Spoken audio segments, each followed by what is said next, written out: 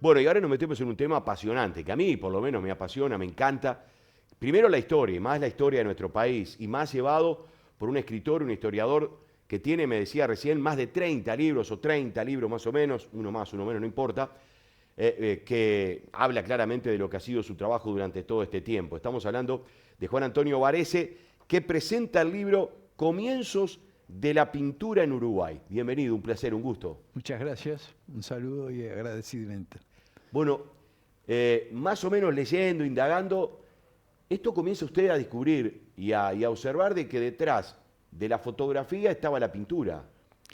Yo comencé a investigar la historia de la fotografía, tengo algunos libros publicados sobre ese tema, y investigando sobre los comienzos de la fotografía, apasionante, tanto en Uruguay como en Argentina, como prácticamente llegó la fotografía a los 6 o 7 meses de haberse descubierto en París, o sea, el daguerrotipo, para que veamos la importancia que tuvo entre nosotros. Claro.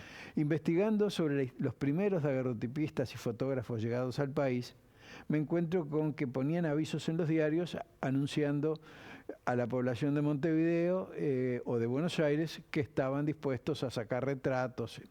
Pero ¿qué pasa?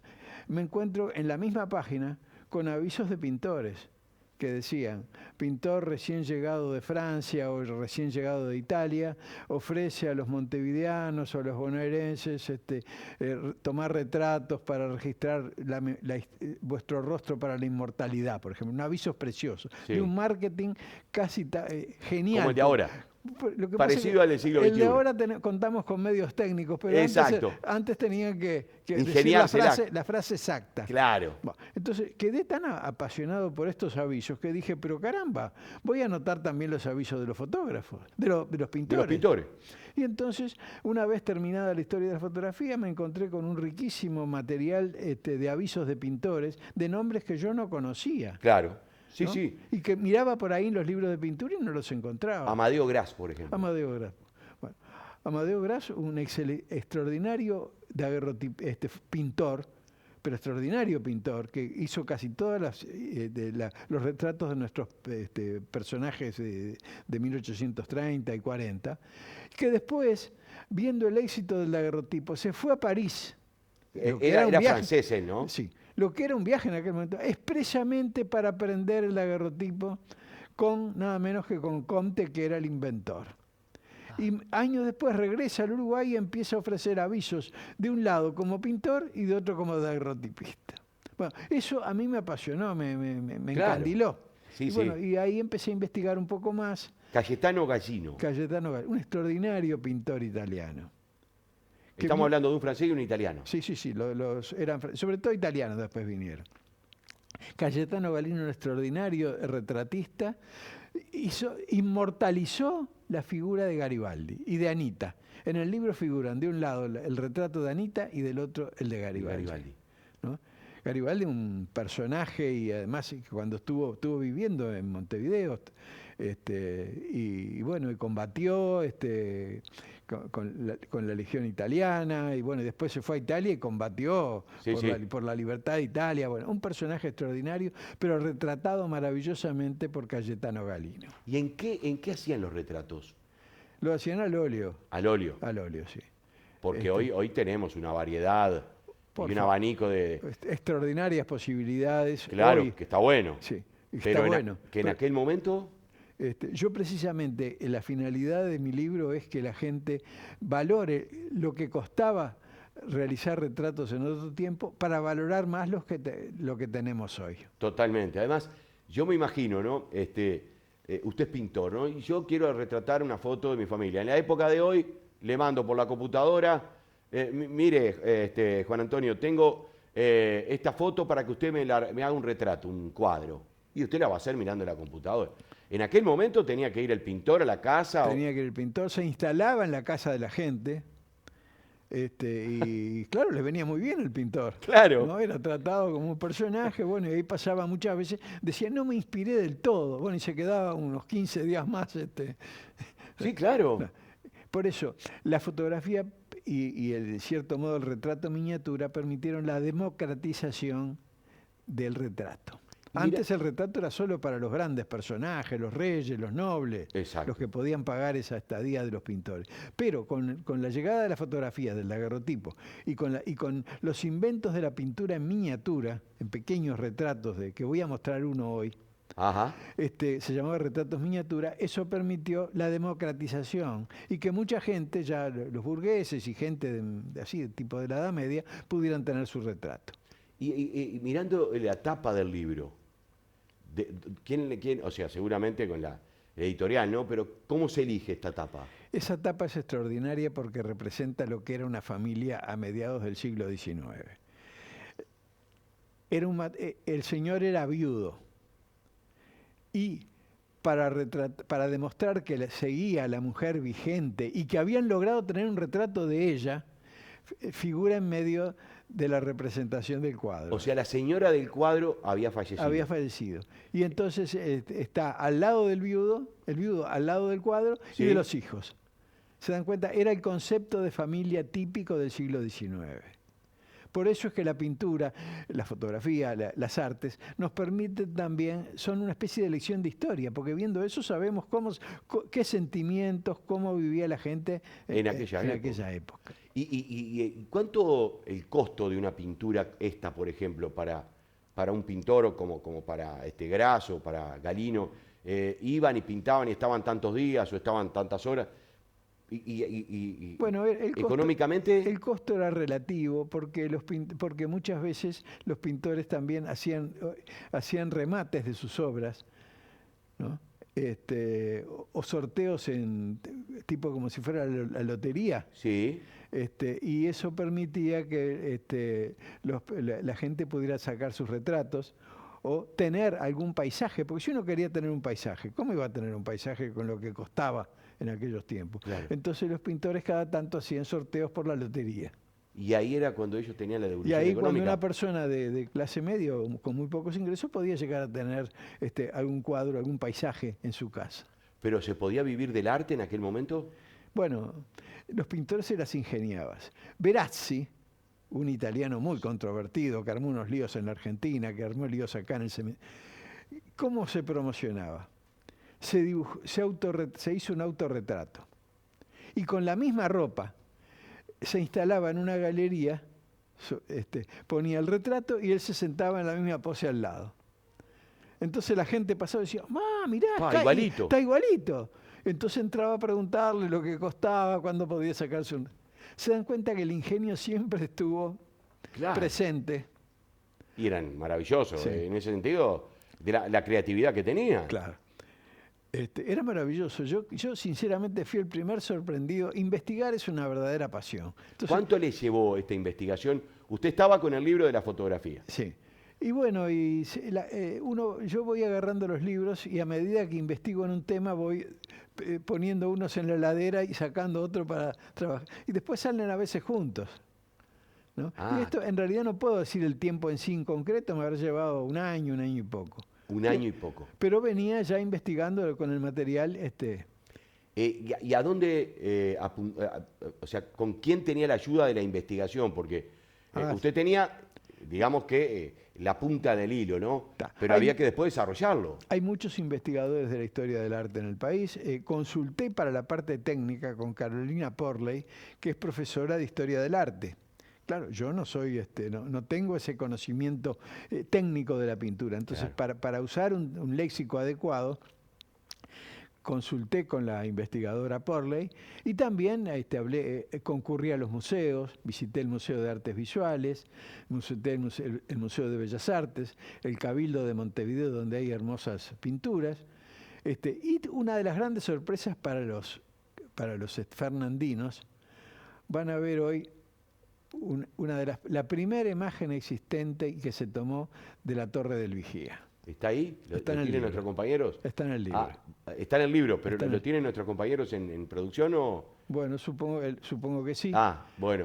Y si no, hoy voy a sortear una reproducción, mandé a hacer una fotocopia color para sortear entre la gente que vaya para que algún Ah, Fernardino se lleve la Torre del Vigía como la veía un pintor inglés en 1853. en 1853. Sí, es la primera representación de la Torre del Vigía. La mujer, ¿qué rol tenía en la pintura en esa época? Bueno, era de las principales retratadas, pero en el libro rescaté A dos. a dos. Dos extraordinarias. Josefa Palacios, Sí. ¿estoy bien? Estás bien. Y Carmen Arraga. Carmen Arraga. Esas son las dos mujeres que usted, en ellas se ven reflejadas todas las artistas. Habían otras, por supuesto, Sí. pero las que pintaron con temas que trascendieron. Josefa Palacios pintó una extraordinaria representación del desembarco de los 33 orientales, como debió ser, de noche Claro. y escondidos. Y escondido, claro. No como ese maravilloso cuadro, esa representación Sí. de Juan Manuel de Blanes, donde claro. están todos al mediodía, Parece un con la cumpleaños. bandera, parece un cumpleaños. Maravilloso, está muy bien. No, y para nosotros los uruguayos, orgullosos. Nos da orgullo y nos da una noción de patria. Y Pero no es la realidad. Pero la realidad debe haber sido que en los lanchones entraron escondidos, se metieron entre los... bueno, así lo representa Josefa Palacios, una pintora coloniense que afortunadamente se le están haciendo ahora todos los honores del caso. Fue rescatada por un historiador coloniense, Sebastián Rivero, y a partir de ahí fue que yo entré en contacto con esta imagen y las estamos valorando como se valora ahora. Más o menos en qué año lo pintó eso ella. Y ella lo pintó en 1860 y poco. Uf, Ella tomó algunas clases, en realidad eran tipo autodidactas, pero también tomó algunas clases con... claro, es que eso se nace, ¿no? El Eso- pintor, el Sí, dibujante. ella empezó dibujando retratos de la madre, de la familia, algunas figuras religiosas, porque en aquellos tiempos también el También. motivo religioso era importante, y después quedó así atrapada por esa escena que ya por 1860 y pico el Uruguay estaba empezando a buscar fechas conmemorativas de su historia. Y esta es una de las fechas más importantes, ¿no? Y Arraga dibuja y pinta a José Gervasio Artigas. La primera imagen que se conoce hecha en el país de Artigas. sobre Artigas es de ella. Inspirada, Después vendrían otros, ¿no? después vino a poco, empezó antes, pero terminó mucho después. Eduardo Carvajal, su famoso retrato de Artigas en el Paraguay, que se lo ve Que cuenta la historia, o hay que esa es la verdadera imagen de Artigas. Y hay un libro, no sé si lo ha leído, de Marciano. de Marciano, Marciano cara a Durán, cara con gran Artigas. amigo, gran amigo. Un fenómeno, Un crack. un fenómeno. Donde dicen que ese es el verdadero Artigas. Ese es el verdadero Artigas. ¿Y por qué? ¿Por qué Carvajal demoró tanto? Porque sobre la base de la pintura de Demersay, que es en la que un francés que estuvo en Paraguay lo retrató llevó el libro de donde figura Demersay y le preguntó a los soldados que habían combatido con Artigas. Este era, es parecido. ¿Cómo? Claro. Y entonces de esa manera, en base a un retrato existente y en base a la consulta, Ahí lo tiene. ahí está. Bueno, este es el Artigas en el Paraguay. Entonces ahí lo representa en el ambiente, pero también con el testimonio de todos los soldados que lo recordaban, al gran general Artigas. Habló de la iglesia. La iglesia también, ¿no? Tuvo un significado muy importante en el tema arte, dibujos, pinturas. Claro, las primeras pinturas que se conocieron y que existían eran las pinturas para las iglesias, ¿no? Y estaba también la escuela cusqueña y también en las misiones también los indígenas habían progresado mucho en el arte pictórico. ¿Ah, sí? Sí. Los indios. Sí.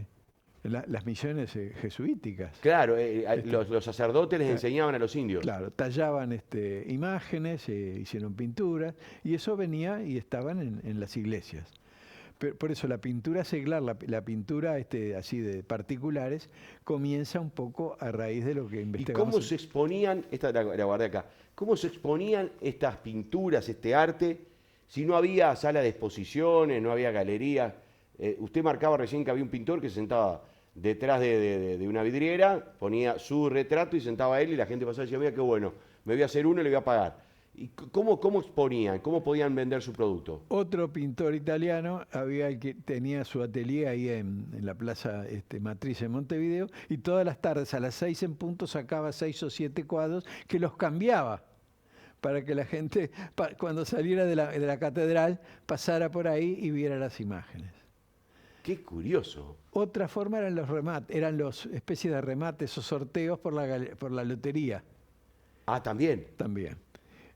Y habían también por los diarios, y también a veces se vestían en forma estrambótica y salían medio sucios de colores y todo. Claro, y la gente ahí. Mirá, este es pintor. O sea, Claro. la inventiva estuvo siempre. El ser humano es maravilloso. ¿Estaban bien vistos los pintores? Estaban bien ¿O eran vistos. bohemios? No, los bohemios llegaron después. La bohemia vino como una actitud después que surge en Europa, en París, que la bohemia, que los Sí. pintores en Montmartre y todo eso.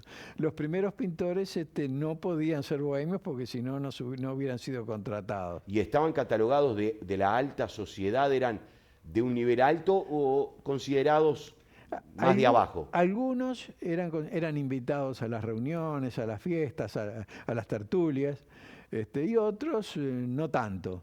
Como siempre en la vida. Según el estándar. Según la manera de ser, según Claro. cómo hubieran caído en gracia. Porque generalmente los primeros, por ejemplo, el que tú mencionaste primero, Amadeo Gras, ¿por qué vino? Estaba en Buenos Aires pintando.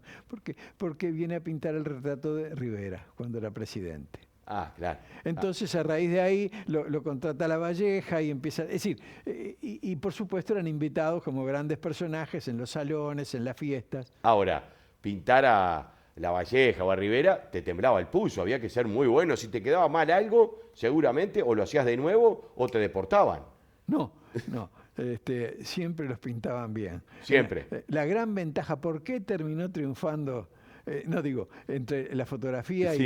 y cada uno tenía sus ventajas. La fotografía era más barata, era más rápida. Pero ¿qué pasa? La fotografía te mostraba cómo eras. En cambio, el pintor muchas veces Mejoraba. te mejoraba. Claro. Hacía una especie de lifting. Como existe ahora Como existe con ahora. los celulares. Es lógico, porque la gente en el fondo lo que quiere es verse bien. Claro. No siempre, eso es O sea que humano. de aquella época ya venía. No, pero siempre, hasta el hombre primitivo también querría Tengo estar que lo salir mejor lindo. posible. Juan Antonio, muchas gracias por venir, un placer. El libro, ¿ya se presentó el Maldonado? Se presentó Maldonado en el Museo Ralí y a pedido de la editorial Planeta lo presentamos nuevamente. Más que presentarlo, hablamos sobre el tema para sí. que la gente quede contenta. ¿Cuándo es? Es hoy a las 8 de la noche, a las 20 horas, en la sala Benito Ester de la alcaldía. Hoy, sala Benito Stern, 20 horas, se va a hablar, se va a charlar, se va a contar la historia de comienzos de la pintura en Uruguay con quien es el autor justamente. Y habrá un sorteo también para que alguno de los presentes se lleve algún recuerdo. Ah, buenísimo. Claro, es genial. Muchas gracias, en serio, y felicitaciones por el libro. Muchas gracias a ustedes. Hacemos la pausa, en un ratito volvemos porque tenemos más entrevistas, más charlas y también el móvil, por supuesto, que anda por allá por cerca de Piriápolis. La pausa.